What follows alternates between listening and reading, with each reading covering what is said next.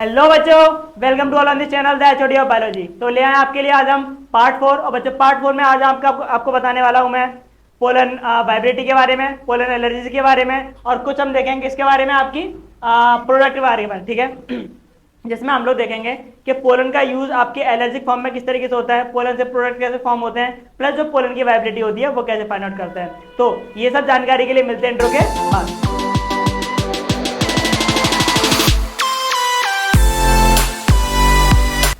तो बेसिकली अगर हम लोग देखें तो हमारे पास पोलन ग्रेन्स, ठीक है, जिसके बारे में हमने बेसिक इन्फॉर्मेशन सारी कलेक्ट कर ली थी। हमने ओवरऑल अपने पार्ट में सारी जानकारी ले ली थी कि पोलन ग्रेन्स कैसे बनते हैं, मेल पार्ट के अंदर कैसे एंथर के अंदर पोलन ग्रेन्स फॉर्म होते हैं, किस तरीके से आपकी पीएमसी आपकी फर्दर डेवलप होती है आपके पोलन ग्रेन में। ठीक है, तो ओवरऑल हमने सारी जानकारी ले ली थी। अगर आपको कुछ डाउट्स हो तो आप अगर रिवर्स वीडियो में जाके देख सकते हो कि किस तरीके से आगे वहां पर हमने एज अ पोलन ग्रेन्स का फॉर्मेशन देखा था। ठीक है, आज हम देखने वाले हैं सबसे पहले पोलन एलर्जी के बारे में। ठीक है, तो बच्चों पोलन एलर्जी कैसे हो सकती है, जैसे कि आपने कुछ मूवियों में सुना होगा कि अगर किसी को फूल पकड़ाया और अचानक से, जैसे कि एक दो पर्सन है, एक नायक है और एक नायिका है।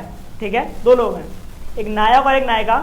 नायक क्या गया अपना फूल लेके एज अपने इजहार करने गया जो भी था। ठीक है, अब हुआ क्या कि वो फूल ऐसा था कि उसके अंदर जो पोलन ग्रेन्स थे उनसे क्या, जो नायिका थी उसको पहले से एलर्जिक थी। ठीक है, एलर्जिक कंडीशन थी, कोई भी उसको भी नहीं पता थी ये चीज़। अब वो पर्सन तो अपना इजहार करने के लिए गया कि चलो फूल दूंगा, शायद आगे बात कुछ बढ़ जाएगी। ठीक है, लेकिन जैसे उसने उसको फूल पकड़ाया और वो फूल को अपने पास लेके आती है, जैसे स्मेल को अंदर लेती हैं, तो आपके जो एज अ पोलन ग्रेन्स जो हैं आपके उस फ्लावर में एज आपका वाइट कलर का जो पाउडरी फॉर्म में आपके कन्वर्ट हो जाते हैं, वो आपके इनहेलेशन के थ्रू कहाँ से ले आते हैं, रेस्पिरेटरी ट्रैक में। ठीक है, उस नायिका के आपके रेस्पिरेटरी ट्रैक से होते हुए कहाँ से ले आते हैं, लंग्स में।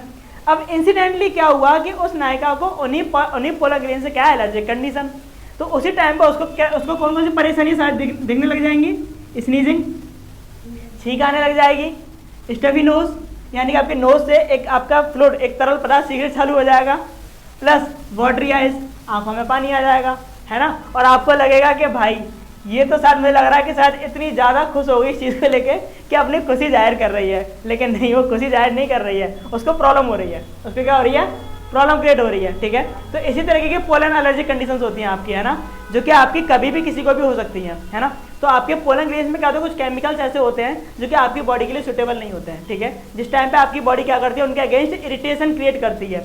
चाहे आपकी यही नहीं हुए, कोई भी चीज़, अगर आपकी कोई भी चीज़ अगर आपकी बॉडी के लिए अगर हार्मफुल है और वो अगर आपकी बॉडी में इंडिकेट कर रही है या फिर जा रही है, तो आपकी बॉडी उसके अगेंस्ट एक्शन जरूर लेती है, जो कि आपको एज अ एलर्जिक कंडीशन के फॉर्म में दिखाई पड़ता है। ठीक है, सेम जिस तरीके से, जैसे कि आपने अगर देखा होगा, अगर आप मान के चलो कोई पर्सन है, अगर आप फर्स्ट टाइम अगर ड्रिंक कर रहे हो, ठीक है, तो जब आप फर्स्ट टाइम अगर ड्रिंक करोगे तो आपको क्या लगता है, फर्स्ट टाइम में ड्रिंक आपको एकदम बढ़िया लगेगी, नहीं लगेगी, आपको ना वॉमिट होगा। क्या होगा, आपको वॉमिट होगा, बॉडी एलर्जी कंडीशन क्रिएट करेगी। क्यों, क्योंकि आपकी बॉडी साफ साफ बोलेगी कि ये चीज़ मेरे लिए नहीं है। बाद में क्या होता है कि जब आप नहीं मानते तो बॉडी एडिक्ट हो जाती है, उसे पता है कि ये पर्सन नहीं मान रहा तो मुझे इसके लिए कैपेबल हो जाना चाहिए, फिर तो है क्या, आप नहीं मांगोगे, बॉडी खुद मांगेगी कि हाँ भाई अब लेके आ। ठीक है, सेम जब आप फर्स्ट टाइम स्मोक करते हो, जब आप गोल्ड मॉर या फिर एज किसी भी नशीले प्रोडक्ट का सेवन कर रहे हो, तो आप जब सिगरेट वगैरह का फर्स्ट टाइम यूज़ करोगे तो आपको आएगा कफिंग होगी, खांसी होगी स्टार्टिंग में। ठीक है, क्यों, क्योंकि एलर्जी कंडीशन है, बॉडी रिएक्ट करेगी उसके अगेंस्ट, क्योंकि वो चीज़ बॉडी के लिए सुटेबल नहीं है। सेम ऐसे आपके पोलन ग्रेन्स का भी होता है। ठीक है, तो कुछ पोलन ग्रेन्स आपके ऐसे भी हैं जो कि आपके डायरेक्टली इंपैक्ट पहुंचाते हैं किस पर, इम्यूनिटी सिस्टम पर। आपके इम्यूनिटी सिस्टम को ऐसा लगता है कि ये हमारे लिए क्या खतरनाक है। ठीक है, इसीलिए normally defend of the body against the harmful invaders. ठीक है, इसीलिए आपकी जो बॉडी होती है वो क्या करती है, उनके अगेंस्ट हार्मफुल जो चीज़ें आपके उनके से लड़ना चालू कर देती है। सच एज, जैसे कि सेम उसी तरह लड़ेगी, जैसे कि मान के चलो अगर आपकी बॉडी में कोई वायरस या फिर कोई बैक्टीरिया एंट्री कर जाता है, जिस तरीके से आपकी बॉडी में कोई वायरस या बैक्टीरिया अगर एंट्री करता है, सेम आपकी बॉडी उसके अगेंस्ट लड़ना चालू कर देती है। सेम इसी तरीके से जब आपका कोई पोलन ग्रेन जो कि एक एलर्जिक कंडीशन में जब आपकी बॉडी के अंदर जाता है, तो आपकी बॉडी के जो एंटीबॉडीज है वो उनसे उसी तरह से आकर ट्रीट करने लग जाती हैं, जिस तरीके से कोई वायरस और बैक्टीरिया को ट्रीट करती हैं towards illness.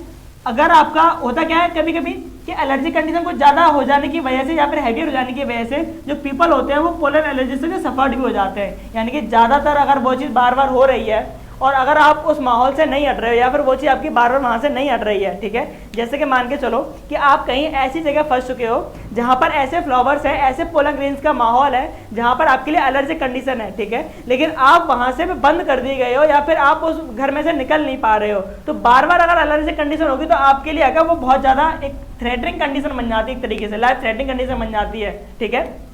Plus the reaction leads to be the numerous irritating symptoms, और ये रिएक्शन आपकी बहुत सारी है, स्टार्टिंग पॉइंट पे तो हल्की हल्की सी इरिटेटिंग कंडीशन क्रिएट करेंगी स्टार्टिंग टाइम पे, जैसे कि आपको स्नीजिंग होगी, ठीक है, आपकी स्टफी नोज होगी, वाटरी आ जाएंगी आपकी, लेकिन जब आपकी ये चीज़ें बार बार रिपीटेड होंगी तो आपके इम्यूनिटी सिस्टम को अफेक्ट करेंगी बार बार जाके, ठीक है, और इम्यूनिटी सिस्टम को बार बार अफेक्ट करने की वजह से क्या होगा कि आपका जो सेंट्रल नर्वस सिस्टम है, जो आपका सेंट्रल नर्वस सिस्टम है, उसके लिए बार बार सिग्नल्स पहुंचेंगे और बार बार सिग्नल्स पहुंचने की वजह से आएगा वो उसे प्रिवेंट करने के लिए एंटीबॉडी का प्रोडक्शन करना चालू कर देगा, ठीक है, जिसकी वजह से हो सकता है कि आपका ब्लड का फ्लो बढ़े, आपका हाइपरटेंशन, आपकी आएगा बहुत सारे आपके कार्डियोजेनिक डिजीजेस, सिंड्रोमिस ये क्रिएट हो जाए आपके, है ना। तो यानी कि छोटी सी चीज़ से बहुत बड़ी चीज़ क्रिएट हो सकती है नॉर्मल चीज़ों से, तो इसलिए आप है ये जरूर जान लें, या फिर ये चीज़ उन लोगों के लिए जो अगर किसी को भी अगर गुलाब या फिर एज इट इज अगर कोई फूल अगर गिफ्ट कर रहे हैं तो पहले ये जान लें कि सामने वाले पर्सन को भी एलर्जिक कंडीशन तो नहीं है, ठीक है, पता चले कि सोच के कुछ गए थे और लौट के कुछ और हो गया, है ना, तो इस चीज़ का ध्यान रखें, है ना। तो आई होप कि मेरे प्यारे बच्चों को पोलन एलर्जी समझ में आ गई होगी कि पोलन एलर्जी क्या होती है, ठीक है। बेसिकली मैं आपको बता दूं कुछ एलर्जिक कंडीशंस ऐसी भी होती हैं, जैसे कि किसी किसी को ठंडे पानी से एलर्जी होती है, किसी किसी का आपने सुना होगा कि मोस्टली जो फीमेल चूड़ियाँ पहनती हैं तो किसी किसी फीमेल्स की चूड़ियों में क्या होता है कि उनको प्लास्टिक की चूड़ियों से इरिटेशन होता है, ठीक है।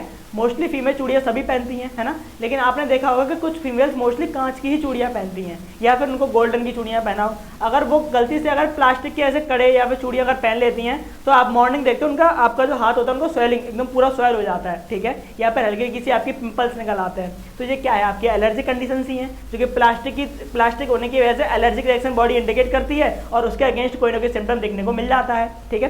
तो इस तरीके की हमारी एलर्जिक कंडीशन बहुत सारी होती हैं जो कि हमें इरिटेट करती हैं। किसी किसी को डस्ट से भी एलर्जी होती है बहुत ज़्यादा, हल्की सी डस्ट बच जाए बस इरिटेशन चालू, ठीक है।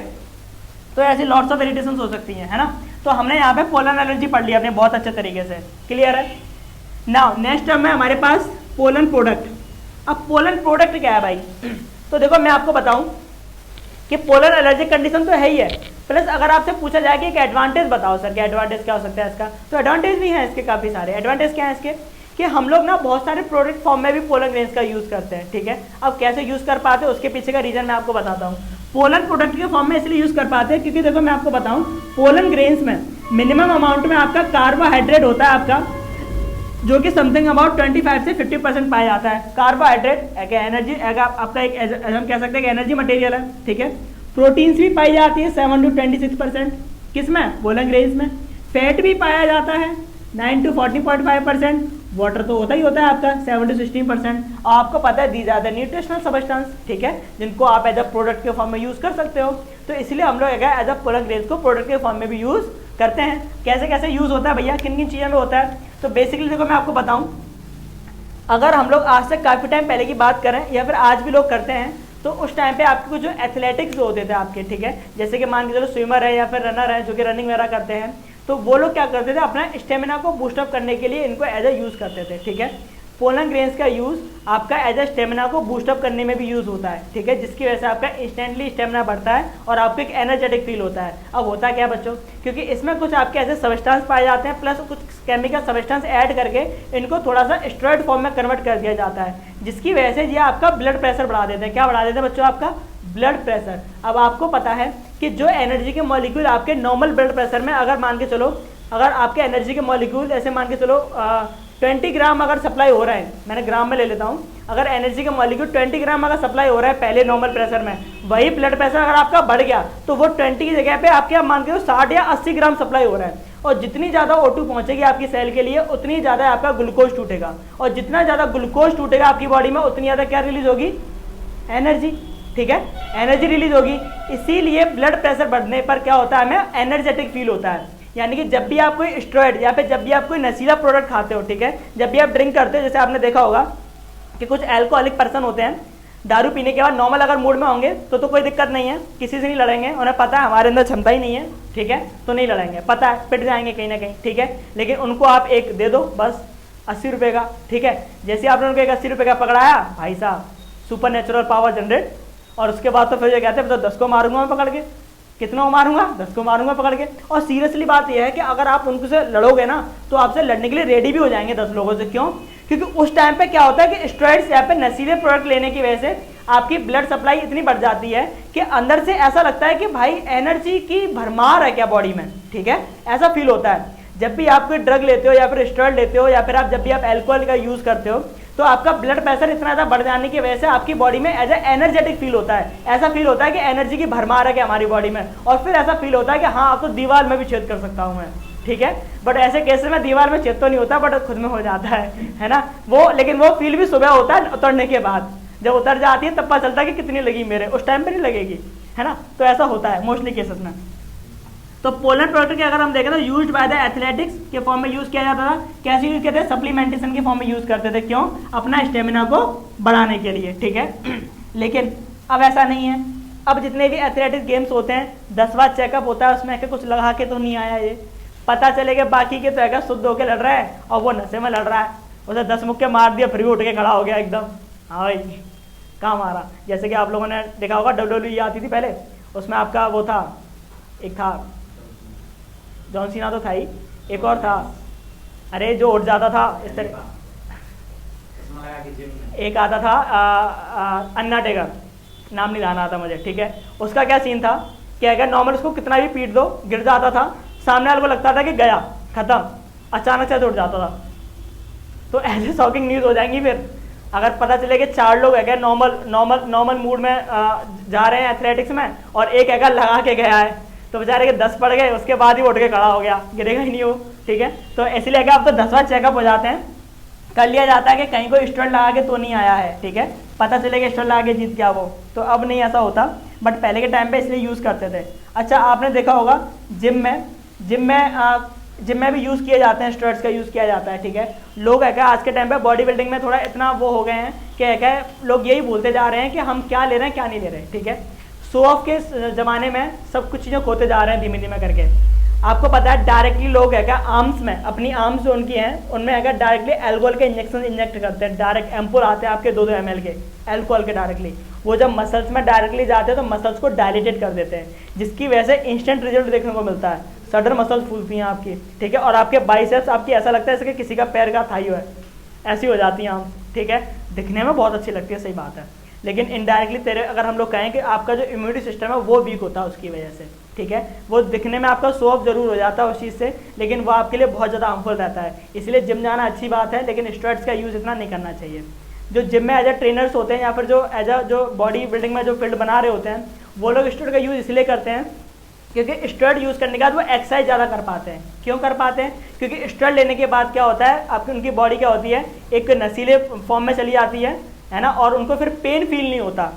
फिर वो चाहे 10 बार डंबल उठाएं, 50 बार उठाएं या 100 बार उठाएं, लगी नहीं रही होती, तो वो करते रहते हैं ऐसे, जिसकी वजह से मसल जो होती हैं वो डायलेटेड हो जाती हैं बहुत ज़्यादा। लेकिन अगर एक नॉर्मल पर्सन अगर जिम में अगर एज इट इज जाएगा तो उसको कुछ टाइम बाद क्या होगा पेन फील होने लग जाएगा और वो उस चीज़ को छोड़ देगा। तो स्टेरॉइड का यूज़ लोग इसलिए भी करते हैं, ठीक है, जिम में एज ए स्टेमिना को बूस्टअप करने के लिए। ट्रेडिशनल यूज अगर देखें तो आज के टाइम पे कुछ अच्छी चीज़ों में भी यूज़ होता है, दवाइयों वगैरह में यूज़ करते हैं, जिसकी वजह से हम लोग कॉन्स्टिपेशन होता है बच्चों, पेट का दर्द, जिसमें पेट में एटन्सी होती है, ठीक है। तो हम लोग एज इट इज़ उसको रिलीव करने के लिए पोलन ग्रेन्स का यूज़ करते हैं। Plus two treatment of the prostate cancer. बच्चों प्रोस्टेट कैंसर क्या होता है? प्रोस्टेट कैंसर एक कॉमन कैंसर है जो कि मेल्स में होता है, मोस्टली ज़्यादा किस में होता है? मेल्स में, फीमेल्स में नहीं होता है, मेल्स में होता है। मेल्स में कहाँ होता है बच्चों? प्रोस्टेट कैंसर आपका प्रोस्टेट ग्लैंड से फॉर्म होता है, जो कि आपने शायद आप पढ़ोगे आगे चैप्टर्स में, आपका चैप्टर में आपका रिपोर्शन में है आपका। तो प्रोस्टेट ग्लैंड एक ग्लैंड होती है आपकी जो कि म्यूकस सिक्रेशन करती है, जो कि स्पर्म को एक मोटिलिटी प्रोवाइड कराती है एक तरीके से, ठीक है। उसी से होकर आपका स्पर्म एज ए म्यूकस से होकर इजीली जा पाता है ना। तो प्रोस्टेट ग्लैंड के बारे में हम आगे पढ़ेंगे। तो ये आपका कॉमन कैंसर है जो कि मेल्स में हो जाता है। ये कैंसर आपका अकॉर्डिंग टू एज धीमे धीमे एज बढ़ने की वजह से भी होता है, जिसमें क्या होता है कि धीमे धीमे क्या होता है कि जो मेल्स में यूरिन का फ्लो है वो कम होता चला जाता है। यूरिन का फ्लो वो ड्रिपलिंग फॉर्म में कन्वर्ट हो जाता है। जब आपकी प्रोस्टेट ग्लैंड ज़्यादा बढ़ जाती है तो एक अमाउंट बाद कभी कभी यूरिन बिल्कुल बंद ही हो जाता है, तब आपको ऑपरेशन से फिर उसको ट्रीटेबल करना पड़ता है, ठीक है। तो इसमें भी हम लोग यूज़ कर सकते हैं वुंड हीलिंग, आपका जो घाव हो जाते हैं उनमें भी हम लोग यूज़ कर सकते हैं एक्सेक्ट्रा। और भी ऐसी बहुत सारी चीज़ें हैं जिनमें आज के टाइम पे पोलन ग्रेन्स का यूज़ किया जाता है। तो हमने ओवरऑल पोलर प्रोडक्ट के बारे में पढ़ लिया। नाउ थर्ड है हमारे पास पोलन वाइबिलिटी। पोलन वाइबिलिटी क्या, पोलन मतलब पोलन, वाइबिलिटी क्या है भैया, वाइबिलिटी का मतलब है एटिल बर्थ टू एटिल डेथ, ऐसा कुछ, हाँ कह सकते हैं ऐसा कुछ है, ठीक है।